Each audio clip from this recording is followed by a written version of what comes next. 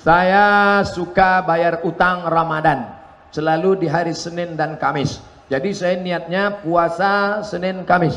Kalaupun sebenarnya di hati saya niatnya bayar utang. Tapi setelah saya dengar ceramah, ternyata niat saya salah. Jadi pertanyaannya, apakah saya harus ganti semua utang Ramadan saya yang sudah saya bayar dengan niat Senin Kamis? Amal ibu yang lalu tidak ada yang sia-sia. Dia terhitung sebagai pahala puasa sunat. Tapi untuk yang akan datang, cara mengqadha'nya, laksanakan di hari Senin, laksanakan di hari Kamis, laksanakan di Ayyamul Bait 13, 14, 15, laksanakan di hari-hari sunat, tapi niatnya qadha'. Qadha' di hari Senin pada bulan Muharram, maka dapat 3. Qadha'nya dapat sehari, dapat puasa hari Senin, dapat puasa bulan Muharram. Tapi niatnya satu saja. Ya Allah, aku berniat makan sahur untuk niat qadha besok pagi. Jadi nggak perlu sebut banyak-banyak. Aku niat puasa qadha sekaligus puasa Senin, sekaligus puasa Syawal, sekaligus puasa ini, sekaligus. Enggak, satu aja. Nanti yang lain menyusul automatically. Jelas? Salahkah istri berdandan agar suami tidak menatap wanita lain? Inilah istri solehah. Sekarang banyak istri di depan suaminya seperti genderuwo, di depan suami orang seperti artis cantik, di depan suami orang harumnya sampai imam lupa ayat. Dia pakai parfum naik di tangga ini, imam di depan keciuman. Wala ana abidum ma'abadtum wala antum abiduna ma'abud. Wala ana abidum ma'abadtum wala antum abiduna. Sampai lupa lakum dinukum waliyadin. Kalau mau keluar rumah, parfum yang terharum. Di rumah bau pete, bawang goreng, balsem. Oleh sebab itu, maka ini yang paling benar, dia bersoleh untuk suaminya. Ciri perempuan akhir zaman, bersoleh untuk suami orang, berdandan untuk suami orang. Saya berapa kali ketemu perempuan jamaah, ketemu di pengajian putih, pas ketemu di rumah hitam. Sampai saya heran, loh kok lain wajahnya. Ternyata bedak Kelly 3 inci. Berarti untuk suaminya di rumah dia tidak pernah berdandan. Insya Allah itu tidak ada di Villa Dagu. Alhamdulillah. Di luar-luar sana saja. Ustadz, bagaimana cara kita sebagai anak mengingatkan, menasihati orang tua yang susah untuk sholat? Jangan mentang-mentang kalian sudah hijrah, anak muda, lalu pulang dari sini kalian panggil mama, sini, papa, sini, duduk. Assalamualaikum ya ayyuhalladzina amanu. Bukan begitu cara menasihati orang tua. Cukup kau kirimkan saja video Ustadz Somad ke nomor WA. Papa, ini ada WA gambar ceramah Ustadz Somad. Apa kata dia? Hai ayah-ayah yang belum sholat, kalian sudah diintai malaikat maut. Hai ibu-ibu yang belum sholat, kalian dari tanah akan mati, masuk tanah, dimakan cacing tanah. Inna awwala ma yuhasabu bihil abdu yaumal qiyamah. Yang pertama kali dihisab, dihitung dari amalmu adalah sholatmu. Sholatlah kau wahai orang tua. Like and share. Nanti papamu sama mamamu dengar, kok dia tahu mama nggak sholat? Nampaknya Ustaz ini dapat bocoran ini. Nggak tahu mah. Insya Allah. Tapi jangan lupa, ada yang lebih hebat daripada ceramah. Ad-doa silahul mu'min. Doa. Ya muqallibal qulub, wahai engkau yang membolak-balikkan hati, ya Allah, kokohkan hati ayah dan ibuku, bukakan pintu hatinya untuk sholat, ya Allah. Nanti di akhir majelis kita sama-sama berdoa. Mudah-mudahan suami-suami yang belum sholat, suami ibu yang masih Fir'aun, mudah-mudahan dikirimkan Allah angin hidayah ke hati mereka. Istri-istri bapak-bapak yang masih lagi istrinya Raja Namrus, mudah-mudahan menjadi istri yang solehah. Bapak ibu kalian yang belum juga sholat, insya Allah dibukakan Allah pintu hatinya, insya Allah. Bagaimana cara sholat muslimah bercadar? Apakah harus dilepas cadarnya? Tidak. Loh, katanya wajah harus dibuka Pak Ustadz. Yang tidak boleh itu menutup wajah seperti menutup tangan pakai sarung tangan. Tahu sarung tangan plastik? Sarung tangan plastik, ditutupnya tangannya pakai sarung tangan plastik. Itu yang tidak boleh. Begitu juga dengan wajah. Disarungnya wajahnya pakai sarung. Tak boleh. Adapun cadar, dia bukan sarung. Cadar itu adalah kain yang ditutupkan. Sama seperti orang ihram pakai payung. Pakai payung nggak apa-apa. Yang tidak boleh itu menempel di kepalanya.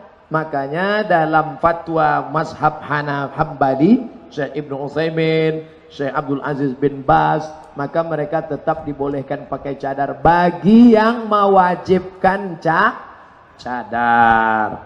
Sebagian ulama Saudi Arabia cadar wajib. Syekh Ibnu Utsaimin wajib cadar. Syekh bin Baz wajib cadar. Syekh Twigri wajib cadar. Tapi ulama Al-Azhar Kairo Mesir, Syekh Yusuf Al-Qardawi, Syekh Ali Jum'ah, Syekh Muhammad Mutawalli Asy-Sya'rawi, Syekh Muhammad Al-Ghazali, Syekh Baqiyat Al-Muti'i, kata mereka cadar tidak wajib. Saya pertengahan. Yang mewajibkan cadar, silakan pakai cadar. Saya tidak salahkan. Yang tidak mau pakai cadar, enggak apa-apa. Jangan yang pakai cadar dengan yang enggak pakai cadar kelahi. Nanti yang ketawa yang enggak pakai celana. Karena ini masalah khilafiyah. Yang penting menutup aurat. Dan kalian yang laki-laki jangan ejek perempuan bercadar. Kenapa kalau kelihatan perempuan bercadar ngeyel, ngejek? Kalau ada orang bercadar, hai ninja nih. Tapi kalau kelihatan orang yang pakai rok mini, dia diam aja. Kelihatan perempuan pakai cadar, ente rese. Kelihatan orang pakai cadar, ente ngejek. Orang yang nggak nutup aurat, ente diam. Berarti ente setan. Ustadz Somad ini kasar sekali ngomong. Berarti ente setan.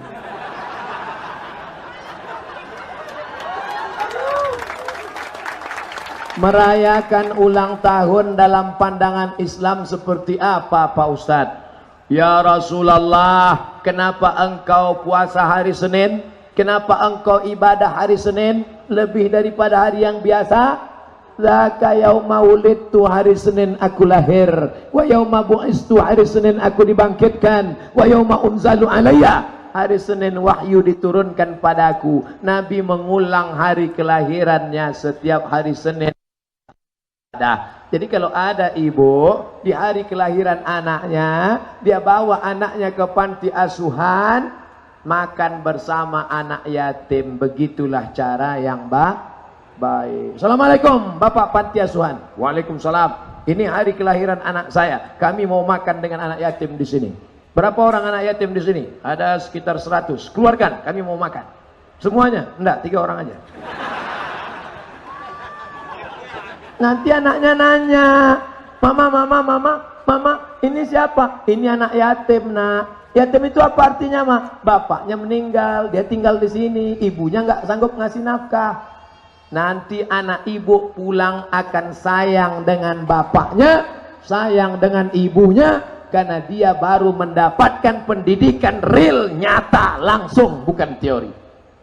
Ulang tahun anak dibawa ke mall, bagus. Ulang tahun anak diberikan gadget, mantap. Ulang tahun anak diberikan mobil, nggak salah. Tapi lihat, tahun depan kalau tidak diberi hadiah, dia katakan, orang tua nggak sayang, ini kurang mendidik. Makanya hari ulang tahun anak, apalagi kalau sampai dikasih lilin 10, 15. Nanti setelah bapak ibu tua, dia balas pakai lilin juga. Dia pasang lilin 71, dia suruh tiup sekali nafas.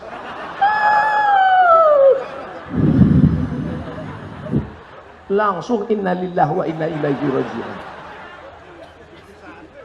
Bagaimana cara mengajak orang yang lebih tua dari kita dalam kebaikan? Nabi punya anak namanya Sayyidatuna Fatimah.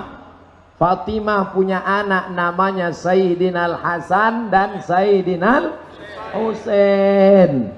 Hasan, Husain, ajarkan anak-anak kita sirah Nabi. ajarkan anak-anak kita keluarga Nabi supaya dia kenal Hasan dan Husain. Kalau tidak, anak kita akan lebih kenal Upin dan Ipin daripada Hasan dan Husain. Dia yang lebih kenal Jerjet, Bang Saleh, Batman, Wonder Woman, Spiderman, Naruto, Jarwo. Saudara yang dimuliakan Allah Subhanahu wa taala. Nah, Hasan dan Husain melihat orang tua wudunya enggak benar. Hasan Husain melihat orang tua wudunya enggak benar, tapi dia berakhlak. Cucu Nabi, keturunan Nabi, akhlaknya luar biasa. Para habaib, apa kata Hasan dan Husain? Apakah Hasan dan Husain petantang-petantang, hei orang tua, ini cucu Nabi nih, wudu ente enggak benar. Apa kata Hasan dan Husain? Hasan, gimana cara ente wudu? Hasan mengambil air, berwudu, Husain melihat. Dan orang tua tadi melihat perbuatan dua orang cucu Nabi, dia tahu bahwa dia salah. Maka banyak niat yang baik, tapi tidak dikemas dengan cara yang baik, hasilnya juga tidak baik. Mungkin dengan cara yang santun. Ud'u ila sabili rabbik, ajak mereka ke jalan Allah bil hikmah, santun, wal mau'izatil hasanah, suri tauladan yang baik. Kalau debat, wajadilhum, debat billati ya ahsan, dengan cara yang baik.